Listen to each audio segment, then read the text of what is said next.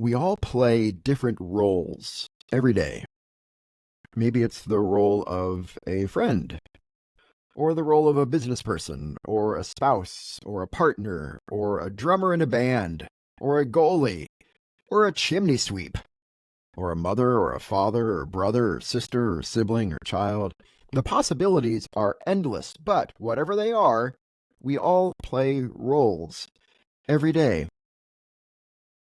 So what's the difference between the roles we play in games and the roles we play in the rest of life? Is there a difference? And what are the benefits of role play? What are the risks? Today we're discussing all things role play in our latest episode of AV Club. It's all on this episode of Board Game Faith, the bi-weekly show exploring the intersection of religion, spirituality, and board games.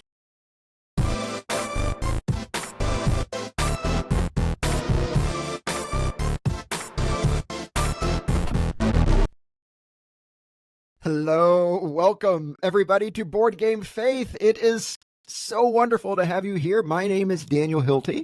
And my name is Kevin Taylor. And we are very grateful for your decision to click on that link or pull up this video or press that button and tune in and spend a few moments with us today. It is a gift and an honor, and we thank you, dear listeners and viewers, for being a part of the discussion today. Kevin, you're looking good, man. How are you? I'm good, thanks, Daniel. Yeah, I'm good. Good. Glad to hear it. Anything exciting going on in your part of the world? The kids have a break on their swim team club events for 2 weeks, so they don't have to go to swim practice. And that is like the greatest thing ever.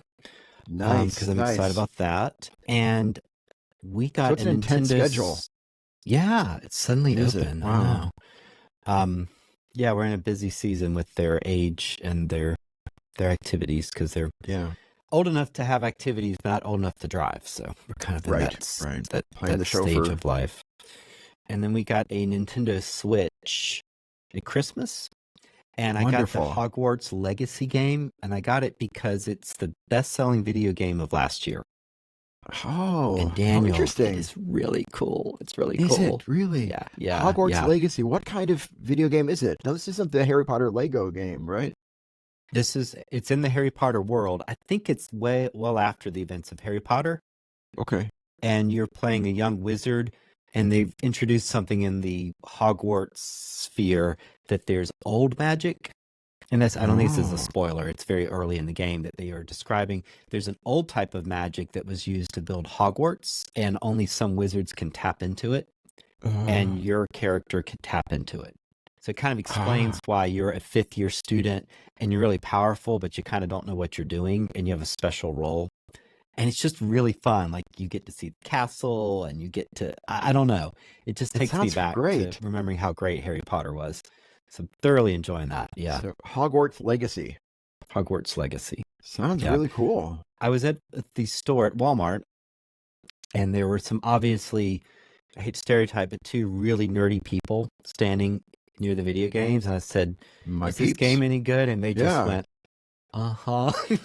I said, is it worth $60? They went, uh-huh. And I was like, well, you guys would know, nerds. So, because I'm a nerd. And so I bought it. And they were right. They were totally right. Great. Sounds like great Don't advice. ask the clerk, ask the nerds. Hey. You can tell. They tend to be nerds. Not a surprise. It sounds like a great game. Yeah, I have so to good. I want to check it out. Yeah, we're doing well, thank you. Yeah, I think today might be the day that I have to start mowing the lawn again. We haven't done it the last 6 months, but yeah, you too. Okay. Yeah. Okay. Yeah. Did you In go our corner of battery? the world, it's spring. You went battery. Yeah. So much more pleasant. I have not had one moment of regret since we've gone to electric lawnmowers.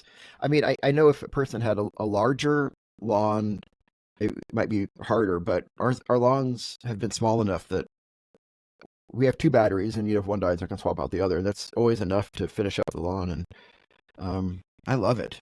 Yeah, there's How about nothing you? worse You than too?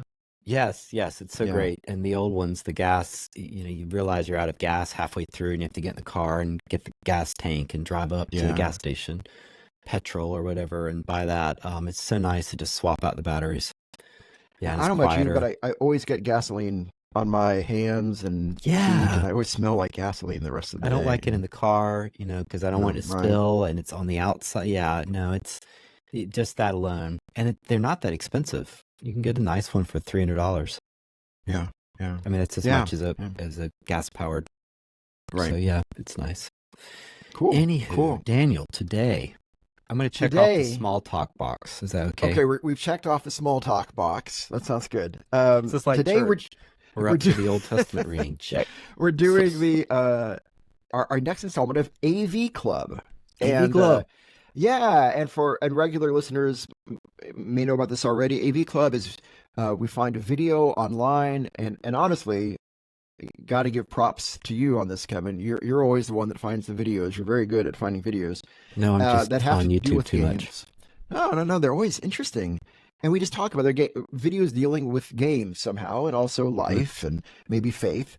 Um, and so so the video that you found for for our discussion today is a video that comes from a series we've discussed before. People make games, and it's a particular episode called "The Murder Game Revolution That Has Gripped China," about a game called Jubensha. And would you mind to share what did you find interesting about this video? What did you like about it, and what is this thing Jubensha? It is kind of like D&D, except usually set in the real world, and it's going to take place over several days. But similarly to D&D, you're playing a character, and you're going to be playing with other people that you may or may not have met. And there is a game master, a dungeon master type person that will run the scenario. So if you've ever had that type of role-playing experience, it's that, but it's much more intense because it could go all day or all weekend, and it deals with really deep, powerful plot lines and stories. This is not Yeah, about leveling up. It's often about a murder or yeah, secrets people have kept. And it is so big in China that there are theme parks to it. People plan their vacations around it. This is the highlight of their social entertainment world. It's not necessarily video games or even board games. It is doing Jubensha. Jubensha, yeah, is this game that came. It's based on a game out of France, right? yeah, yeah. Like somehow this French murder mystery game was role playing game was translated into Mandarin, I believe, and then it just kind of took off, and it Mm. became really popular in China. So I And guess yeah, it's like all descended from D&D to some degree, right? that probably I guess that's Every true. role playing Yeah, game kind of, I think D&D really was the first. yeah, yeah, yeah. Well, and as you said, like so, yeah. This video kind of explores this, um, and like you said, it's massively popular. Um, the video talks about there are many times more Jubensha, and I apologize if I'm saying that wrong, but Jubensha shops in China many times more than there are, like escape room shops in, the United States or whatever, even proportional to population. It's Hmm. just hugely popular. So you say it's descended from Dungeons and Dragons, descended from D&D, this role playing game. So what is, for our listeners who may not know, what is role playing? What is a role Ugh. playing game? Role-playing games, D&D, came out of war games, the wargaming in the 1800s, that Mm, in the old days, they were recreating Napoleonic battles, and you would mm, have a referee type person to accept certain maneuvers, or they would even measure the distance. So it's dice and maneuvers recreating war games. mm. And that continued into the 1900s until, in one edition from TSR, Tactical something something, Yeah, yeah, I don't this know either. company that made these wargaming scenarios included a little appendix that included a variant that was set basically in Lord of the Rings. It had hobbits and halflings and dragons. So that's why it feels like Lord of the Rings. It's directly inspired by that. They said, I did not here's know a that. skin of this game. And that's where it took off. And so interestingly, once that happened, it became more about storytelling and adventures and leveling up, and not so much about a war simulation where you're trying to win a battle and has a real win condition. Right. D&D doesn't exactly have win conditions. It eventually became about storytelling and story playing and characters. And so Jubensha is sharing some of that in that you're playing a character. I don't think there's leveling up, whereas in D&D you get new spells and abilities. Right. I think Jubensha is much more of a, like you're saying, a escape room type thing where you're, except it's longer and more involved and involves a very complex situation. But Jubensha is very much a community thing. It's social. Yeah. Is that fair? So if you think of like a costume dinner party you might go to, and then you think of playing a game where you're a character and you're trying to solve a mystery, I think of the Knives Out movies. If you could think of getting to play that movie, that's kind of what these things are like. Yeah. Which is why I would totally love to play one. I would. Would you play it? And the characters are so deep. They say it mentioned on the video, like, you don't. Whereas like some dungeons and some role playing games, you might get a character sheet, where you learn about your character. You're given like a pamphlet to a booklet where people will read like 15 minutes to an hour about their character before the play even begins. Like it's just really deep in terms of what's your backstory, what are your motivations, what are your hopes, what are your fears, what are your secrets. It's just it's a really. And you might be in costume, you might be prepared, dressed up. Yeah. And you might go for several days. So you go to a theme park, and you go to that theme park not to ride a ride, but to have a Jubensha adventure. Yeah. Have you ever played a role-playing game? Do you play many role-playing games, Kevin? Or Not really. Over the course of your life? I've done some. Well, I've done some, but some of that was online, virtually during the pandemic. I've done some Call of Cthulhu was fun, but I've never done it where you really were staying in character. Because there is one type of D&D, Call of Cthulhu type, where you only speak what your character would say. Really? Most people don't do that. It's just too hard. Wow, that would be hard. So I assume Jubensha is more of like you really are supposed to stay in character. Yeah. When you're playing the game, you everything you say is your character speaking, not you speaking. Like you have to be in character for. You have to commit. Yeah. I haven't played. It's like method acting or something. Very much in my life. Yeah, method acting. That makes sense. I used to do a little bit of Dungeons and Dragons when I was growing up. I think I may have shared the story previously on this episode. We tried it once as a family. We thought it'd be a really neat idea as a family to try Dungeons and Dragons, and so before our kids had left for college, and they were kind of in junior high school, and so we set the table, we dimmed the lights, we had the spooky music, we put the candle in the middle of the table, we got ready to play a Dungeons and Dragons campaign, and very early in to the campaign, spoiler, everything was fine, she was fine, but our daughter leaned in to roll the dice and accidentally caught her hair on fire on the candle. And Kristen, my wife, very quickly jumped in and put out the fire, and she was fine. But that kind of, wasn't hurt at all. But it kind of put a damper on our, when our child's hair caught on fire briefly. But we say on the flip side, Kristen, my wife, gained like 20 experience points from it, and so she was for putting out the fire. But.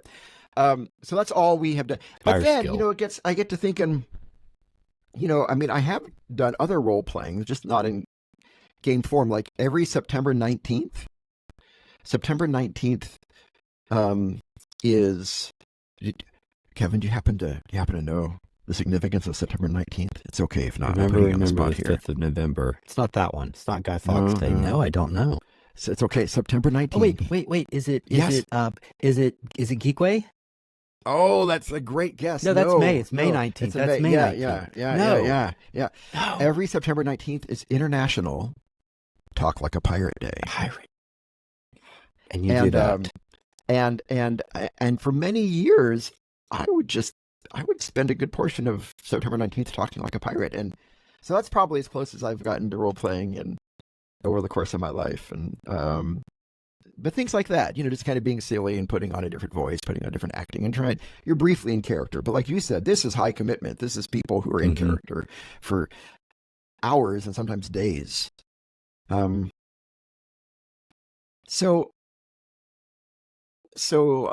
Quinns is the host, the gaming journalist of this episode that we're talking about, of People Make Games, and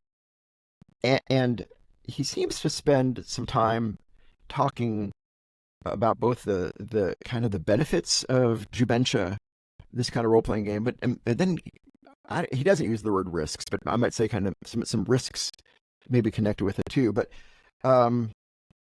he starts off with some really powerful benefits of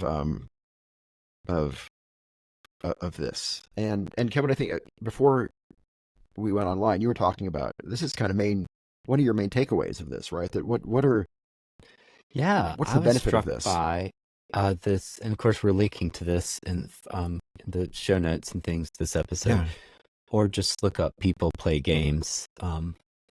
People Make Games. People Make Games. But it seems to be a real social interest, and I wonder if it would be as big now if it weren't for the pandemic. I don't remember the timeline, but my guess is that this generation, although it's all sorts of ages, and it's even on their television, evidently China, so it's really a national obsession, this game. So it almost has a Survivor element, TV show type to it. So you're playing a character and you're having to deal with people's agendas.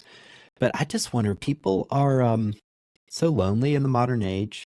We've lost extended families. We've lost a sense of community in terms of living in villages in the Middle Ages or having a certain role in society. We're all able to so be adrift and separate. And there's lots of good things from that. So I'm not trying to, go back to the good old days. But I wonder if part of this is we just don't know how to connect with each other anymore. And this is such a great way to, what are you supposed to do in this situation? What do I say? Well, here's the answer. You just make up stuff related to this piece of paper. So you don't have to show up and start smoking or, go to a gambling hall or casino or go to a bar and you don't even like to drink or you don't like sports. You're going to the sports bar. Like, this is something to do that's actually pretty healthy in terms of you're not, or I guess it doesn't involve things that are bad for your health, such as drinking and smoking and gambling and that kind of stuff. So so many social structures have fallen apart, and here's a way, this is how you relate to strangers, because everybody actually wants to relate to strangers. We're just either we're anxious about it or we don't know how to start or it's too threatening, and here's a way to meet new people. So one of the quotes you had brought up is, it's better than anything in the Western part of the world for getting to know people. You have something to talk about with others for hours. So instead of revealing your secrets or making small talk, you get to talk about something that's made up. That's kind of cool, actually. That's very non-threatening. And based on that, you may have a lifelong friend, and then you talk about real things. Yeah, he said in his experience or his understanding of it, like, it would be weird if you did not go out like to grab a meal together after playing Jubensha with somebody. Like, even if they were a stranger to begin with. But but like, you've just spent hours talking to them. And like you said, you're given the topic of conversation. So it takes care of the major obstacle that most of us feel when we're trying to get to know people. And you get to share and have emotions, but some of that you're hiding because they may or may not be your own emotions. You may get tied up in the story and you may actually feel that way as well, but it gives you a certain safety net of you're not having to show all your secrets yet in terms of a relationship. But you get to share something about yourself. Yeah. Just may not be about you. I mean, it's really interesting. Yeah. Yeah. It's almost like it's like we're being forced to be pathological liars in a very safe way. Right. So yes, people are crying. They're going to feel something. It's a weird growth for folks, Yeah. and it's a process of self-discovery. And again, it's in some ways it's a game. It's an open-ended game. There's not necessarily a win condition. It's more about the interactions. Right, right. He So, said yeah. that it surprised him about it, and it surprised as me hearing him talk about it. That the more he dug into it, the more he realized that for players of Jubensha, it's most of them play it not for the thrill of figuring out who done it. Like they don't really play it for the thrill, the satisfaction of doing a logic deduction puzzle and figuring out who the real murderer is. They do it for the opportunity to role play. That the means is the real reason they do it. They don't do it for the end, right? That Right. they yeah, and You don't win in this game, yeah, except for by having a really great time. So in some yeah, ways, it's the yeah. purest play there is. Mm. Yeah, you don't have to learn a lot of fiddly rules, like and that comes with layers of abstraction. In some ways, role playing eliminates. You can't always eliminate all abstraction, but eliminates a good chunk of the abstractions. Where now instead of saying this little wooden meeple represents me in this world, you say I am representing myself in this world. Yeah. And yeah, Yeah, and I'm looking at and your face because I may be wondering if you're lying to me as the character. So I'm right, not looking right, at a meeple that's flat. I get all the wonderful, all the different signals you're sending from your body language and the way you're holding your eyes, your mouth. Our brain. I read a great book. I think it was Cal Newport, Deep Work, but basically the human brain is evolved to have complex information thrown at it. And that's how we can read, somebody's gesture and based on how our brains like that, and that's why computers and email and internet is so hard on us, because our brains are kind of bored, right, because right. they want to read microaggressions, because we're made for that. Interesting. And so we're getting that in this role-playing game. I'm getting, well, Daniel seems like he's hiding something. Yeah, and my brain is just delighted to crack that nugget, versus, I have to send an email attachment. There's no depth to it. right, right. Because why would Daniel lie? There's no emotional context, but Yeah. or if there is, it's very easy to misread it. Right. Yeah, in email and tweets and all of that. Yeah, we don't have the body language, the voice, the timbre of your voice, your Right. energy level. We enjoy reading all of that on a certain level as humans. And so you're getting that in a game, and it's fun and it's safe because it's not real. Again, like any good game, eventually the game ends and you walk away. That's why it can be so therapeutic. Yeah. One of my mentors in pastoring, named Nancy, she gave this piece of advice that has stuck with me. She said, it, unless it's about the weather, don't put it in an email. And I think that's such great advice, just because it's without the clues, the nonverbal communication that comes with looking someone in the face and seeing body language, all of that. Messages can get so misinterpreted, and so that emails, texts, tweets, they're really very subpar media for communicating emotion, the subtleties of emotion. And they are. Yeah. And again, our brains are actually not wired for that kind of constant interaction. They can do it somewhat, but they actually get bored because they crave that stimulation of 1,000 different points of data from your face. That's so interesting. I can say, you look tired, right? And you don't sound it, you don't say it, but I can read from your face, you look tired. And that's what my brain is trying to do all the time. And a screen doesn't do that. It's just that's interesting. Pixels. Yeah, it is kind of cool. It makes sense. It's probably why Zoom Church never worked for me, because I'm just like, oh. Right. Now, I'm working on a meeple face right now, and the meeple face just doesn't communicate anything. It's except that I am made of wood and a half-inch tall. But otherwise, and if you knock me off the table, I will survive. That's right. So So yeah, so because of I think maybe all of the emotional dimensions that role playing involves for people. Yeah, like you said, the players, according to this report, find the experience very cathartic and emotional and like self Hmm. discovery. Like they learn things about themselves and being this other person. It's so Just so amazing. fascinating. Yeah, Hmm. yeah. Now there are But he some also questions. yes, Yeah, there are some questions here because some of the material gets kind of shockingly disturbing, right? right, right. Yeah, he doesn't use the word risks, but I guess I might. He kind of talks about risks of this that, and I find this it introduces a really hard subject for me to wrap my head around, and I'd be so interested to hear your thoughts on this too, Kevin. And I almost kind of feel like we should tell our listeners and viewers now just a little content warning. We're going to be getting into some a little bit more difficult stuff here, and including just talking about the subject of like sexual assault and things like that. So if that's difficult for you, um, you may want to skip over the next part.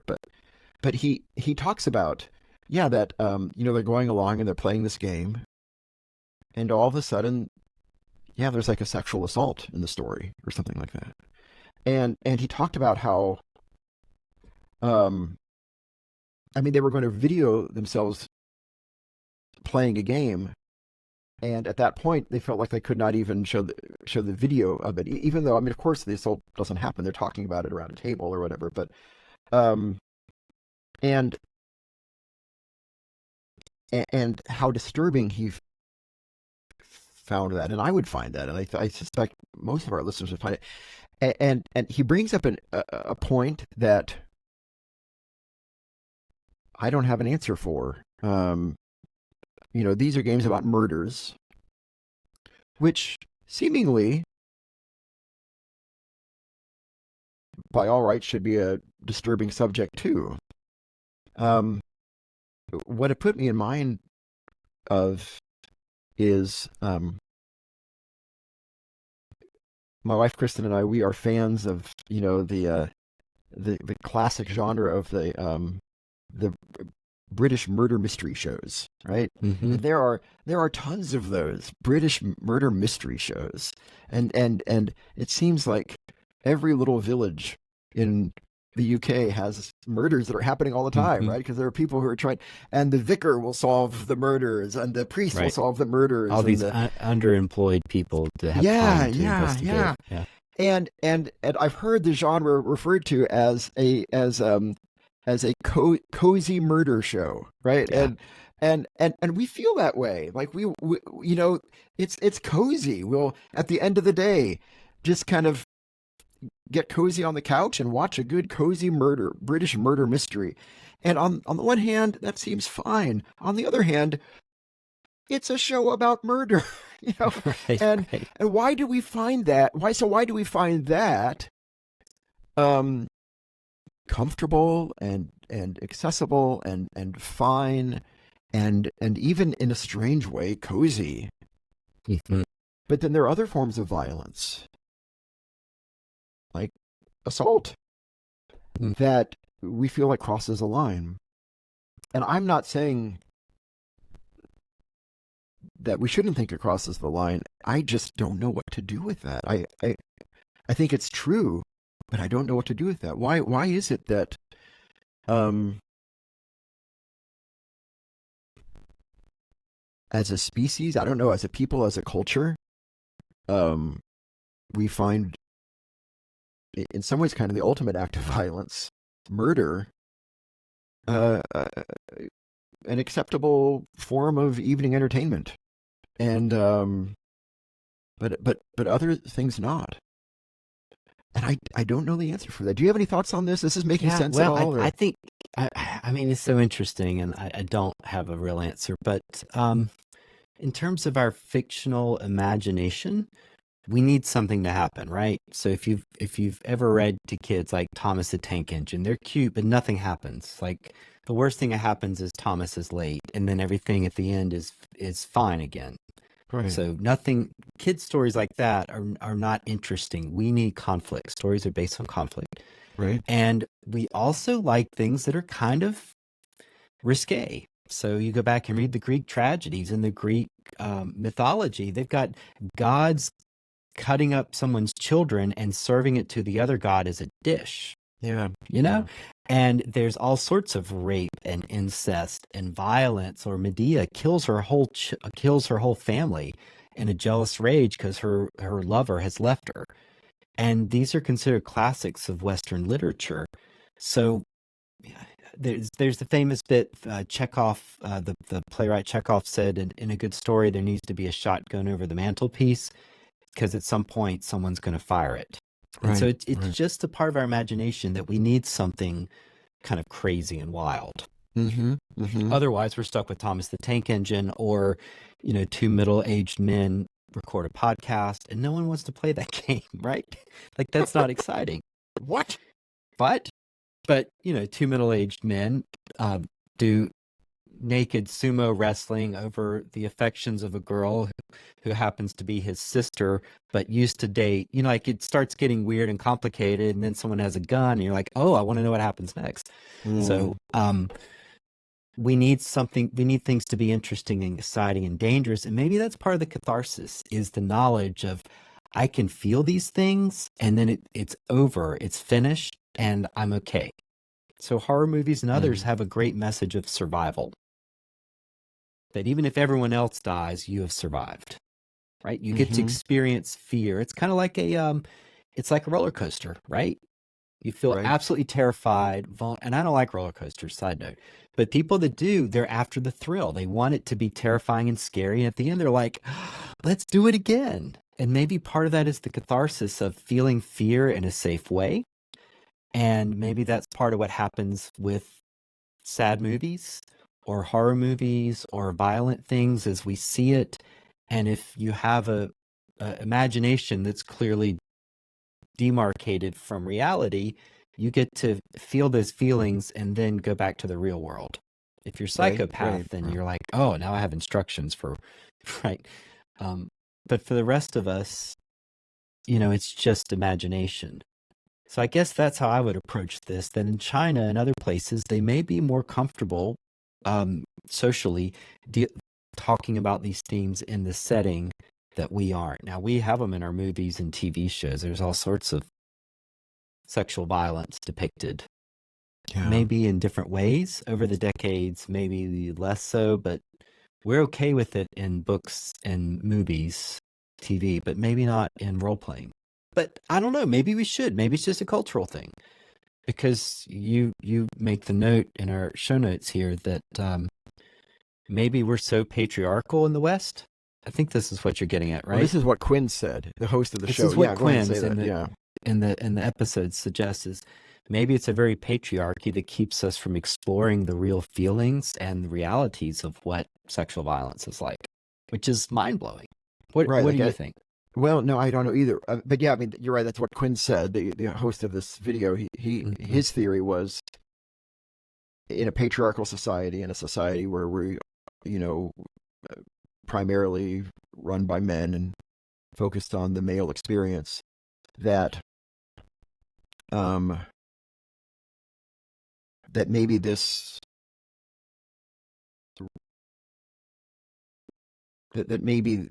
difference that he observed is partially rooted in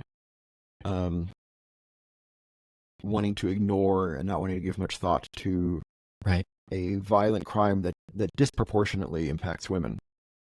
I mean, of course, it can impact men too, but it's not proportional. It's not hugely. It's not equal, of course.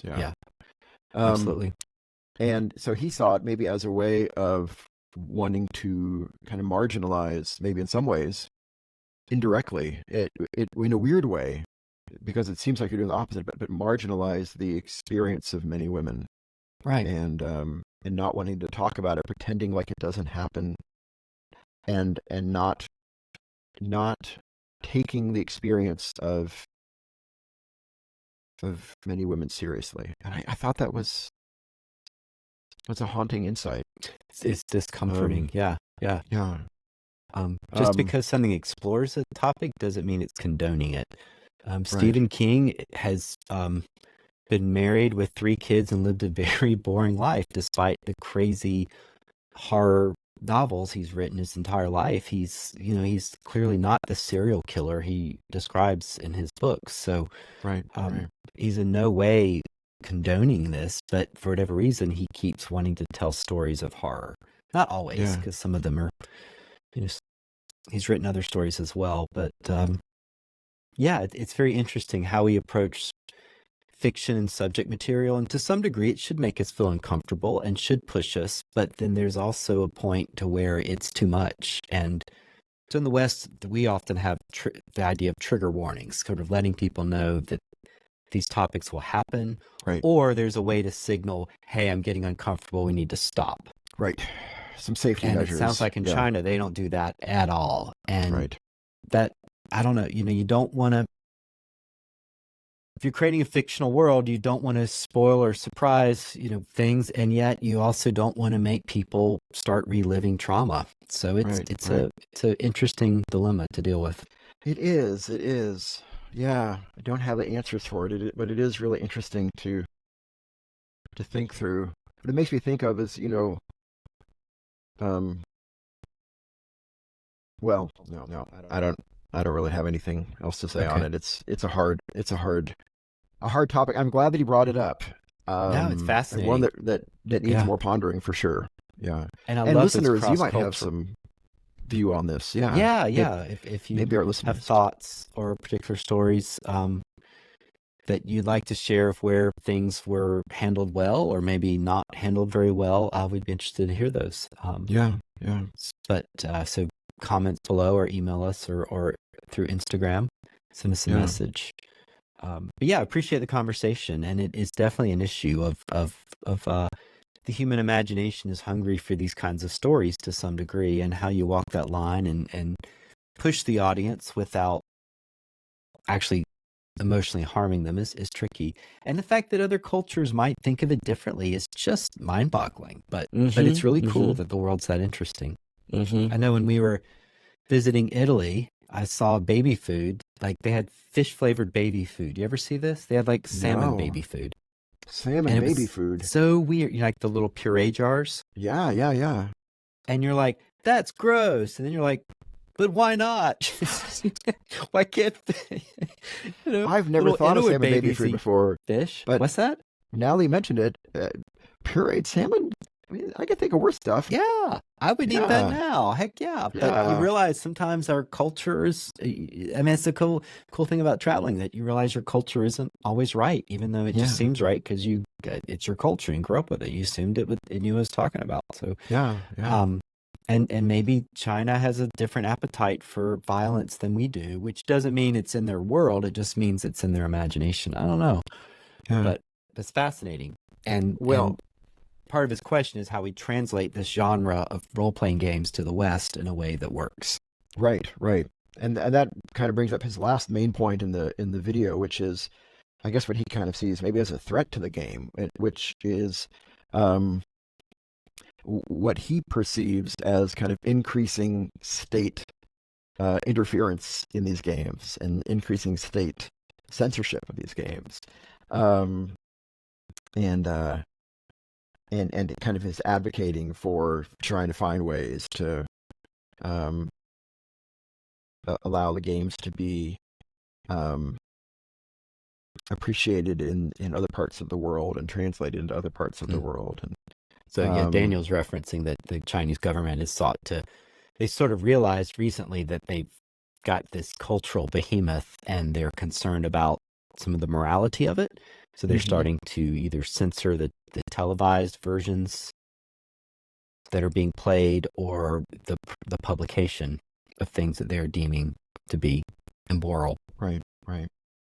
And which I think, so again, that shows a cultural, we so value freedom of expression in some countries in the West. And so that's another cross-cultural experience there. Yeah. And as I understand what he said, I think one of the elements of that is the violence, like the the state reducing that or censoring that, or I don't know. It ended in a very deep place. I feel like in terms of kind of geopolitical questions and conversations. In the video, That's Quinn's for you, man. he That is. guy Yeah, always has a spin that he's just I just love to hear what his mind is chewing on. yeah, yeah. Like to see his work. My favorite Quinn's moment related to that, much less important, was a few years ago. I was watching his review of the board game Trajan. I don't know if you've ever played the game Trajan. I haven't. I've looked But at it. It looks awesome. yeah, I really like it a lot. It's a good Stefan Feld game. It's good. So he was giving this kind of glowing review of Trajan, and then then he says something like, all of which um, goes to make this game a great Stefan Feld game, or something like that. And then he says, or does it? And he kind of announces classic game review plot twist. At which point, I think he grabs one of the Trajan wooden arches in his mouth and pulls it off the floor. But yeah, I did see it coming, and he's very good at that. Yeah, of kind of creating a plot twist in the review or going in a different direction. I think he ended up actually not liking it very much near the end of the review. Um, so yeah, funny. yeah, he keeps you guessing. So getting back to the positive benefits of role playing, kind of growth, catharsis, self understanding, building community in these easy ways. It got me thinking, Kevin, on about this. Like, if role play has so many good benefits, and if role play is simply, assuming um, the posture, the worldview, the behaviors of what is not normal to you, do we need a game to role play? Is there a way that we could gain the benefits of role play, just like are there a way of incorporating kind of the benefits of that just into everyday life outside of games? Do we need a game to role play? It got me anyway. It got me thinking about, like, I guess religion specifically. I mean, in a way, is not to say that it's any way like false or unreal or pretend, but are there certain elements of that in religion too, in religious life? Like, we enter into this space of worship, and we're not trying to pretend to be somebody that we're not, but we're also not quite playing the exact same roles that we did outside of the walls of that place either. We talk about being a family, and we are a family, and that's real and that's true. That's family of faith, but it is also a different role than what we typically play in the rest of our lives. I don't know. Any thoughts? Yeah. You think do you need a game to be? There's a lot there. I love this idea that you're developing, Daniel. I mean, in some ways, when we are at worship, we are trying to be our best selves, right? Mm-hmm. That's a language that I've picked up, the way to talk about sin. It's like you're not, sin is your least best self, or you're not your best self, and church is a chance to try to experiment living with our best self, which may mean bringing guilt and shame and fear, hopefully to release that, and to be reminded of who we really are. So in some ways, all church is aspirational, that we're always aspiring to our best selves, and we really need that.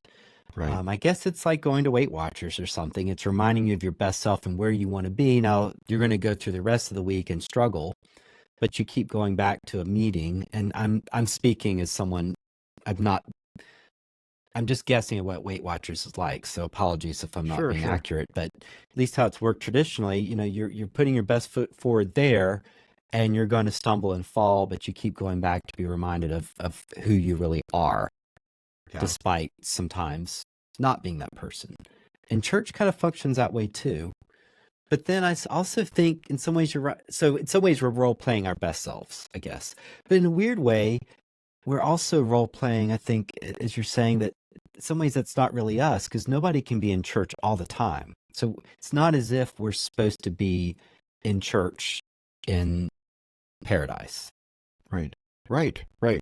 Like really, Right. paradise would also mean you get to go fishing if that's your thing. It's not mine, but hey, you do you, right?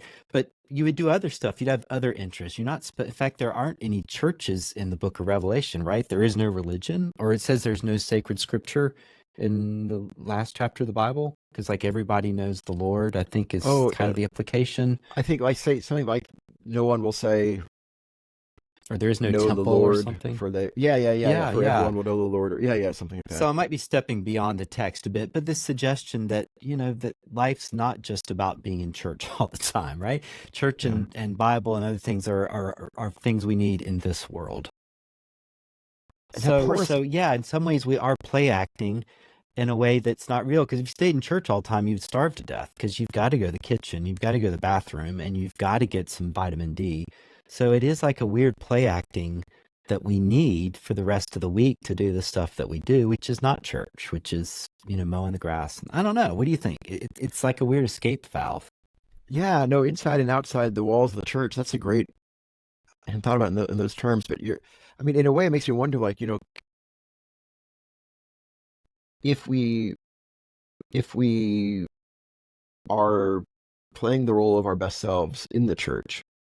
And by the way, I think this is what you was saying in different words, what you're saying, but just for our listeners and viewers, play acting our best selves doesn't mean, pretending like we're perfect. I think it kind of opposite of that. Like play acting our best selves means, role playing our best selves means our best selves are the selves that are honest about where we've messed up, right? Yes. And our best selves are not the selves that pretend that we're perfect, right? Right. So yeah. So, but if we get enough practice role playing in that way outside in the church, that it gives us the capacity to role play that way outside the church. Mm-hmm. And if we role play that enough outside the church, then at some point does that just become us? You know what I mean? Or what, how absolutely. At what point does that become our identity? And maybe that's the ideal, the goal maybe of at least some organized faith.